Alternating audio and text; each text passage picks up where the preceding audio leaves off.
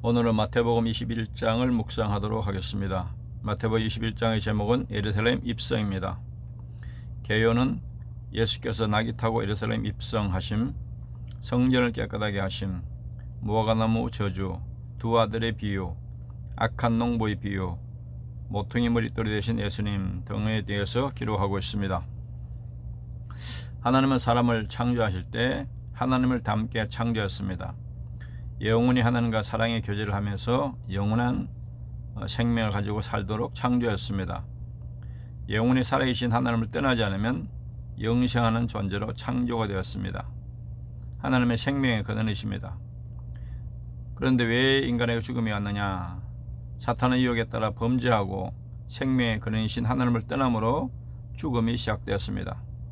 사탄의 능력은 죄인을 죽이는 것입니다. 나무가지가 나무를 떠나면 죽듯이, 물고기가 물을 떠나면 죽듯이, 사람은 생명의 근원이신 하나님을 떠나면 죽게 되는 것입니다. 그래서 사람에게 가장 중요한 것은 죽고 사는 문제입니다. 그런데 죄로 말미암아 사망이 있기 때문에 죄를 해결하려면 죄 없는 분이 대신 죽어야 합니다. 그래서 예수님은 우리의 죽음의 문제를 해결하러 오셨습니다. 우리를 사랑하시기 때문에 대신 죽으신 것입니다. 예수님의 인간의 죄를 다 끌어안고 짊어지시고 대신 십자가에서 죽으셨습니다. 그리고 죄값을 완전하게 지불했습니다. 예수님의 죽음은 거룩한 죽음이었습니다.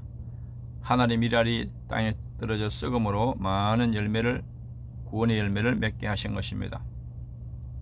어머니가 해산의 고통을 통해서 아기의 생명이 태어나듯이 예수님 바로 십자가의 죽음을 통해서 우리의 생명이 다시 살 수 있는 길을 열어주신 것입니다.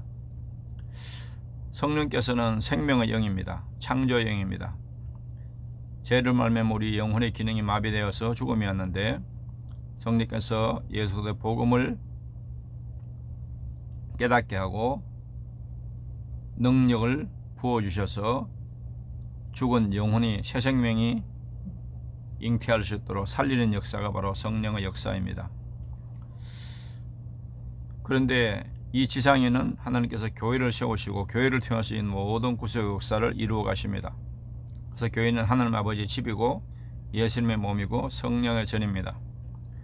하나님의 말씀, 천국의 말씀을 교회를 통해서 말씀하시고 교회는 하나님께 기도하는 만민이 기도하는 집입니다. 교회를 통해서 모든 하나님의 은혜가 임하게 되는 것입니다.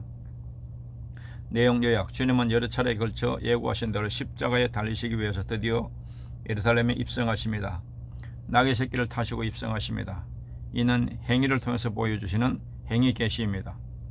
이스라엘이 하나님의 나라를 빼앗기게 된 원인은 첫째, 성전을 강도의 소굴로 만들었고, 둘째, 열매 없는 무화과나무같이 되었고, 셋째, 마다들같이 불순종했으며, 넷째, 악한 농부같이 반역했기 때문입니다. 1절에서 11절, 나귀 새끼를 타고 입성하시는 것은 선지자의 예언을 성취하시는 것입니다. 마태는 철저하게 예수가 그리스도이심을 구약 성경을 들어서 입증하고 있습니다. 마태는 철저하게 예수가 그리스도이심을 구약 성경을 들어서 보여주고 있는 것입니다. 그분은 왕이시면서 동시에 자기의 목숨을 많은 사람의 대성물로 주러 오신 평강의 왕이심을 나타내고 있습니다.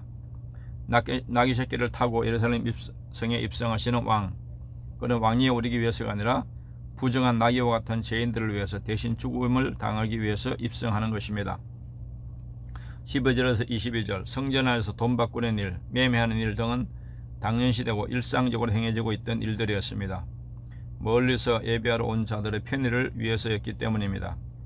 그런데 지도자들의 그런 뇌물을 받는 수단으로 전락이 되고 말았습니다.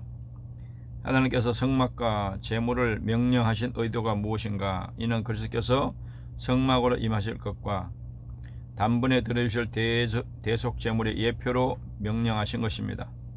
그런데 그리스도는 배척하면서 제사 의식만을 행하면서 백성들의 돈이나 뜯어먹는다는 것은 이는 강도의 소굴과 다름이 없었기 때문입니다. 18절에서 22절은 열매 없는 무화과나무를 저주하신 말씀입니다. 이는 열매 없는 이스라엘을 염두에 두고 하시는 말씀입니다. 이를 행히 계시라고 말합니다. 잎만 무성한 무화과나무는 두 면을 상징합니다. 첫째는 외식하는 종교 지도자들입니다. 둘째는 그리스도를 배척한 이스라엘을 상징합니다. 주님은 이 비유를 행위를 통해서 보여주고 있는 것입니다. 적용과 나눔 1. 겸손하게 나귀 새끼를 타고 예루살렘에 입성하신 주님을 본받아야 합니다. 주님의 제사장적 사역을 보여주고 있습니다. 2. 우리는 기도의 능력을 알고 믿고 체험해야 합니다. 기도를 통해서 성령이 역사하여 하나님의 진리의 말씀을 우리에게 깨달아지고 믿고 그대로 순종할 수 있는 삶이 되어야 합니다. 3. 이스라엘은 하나님의 나라를 빼앗기고 열매 없는 백성이 받게 된다고 말씀합니다.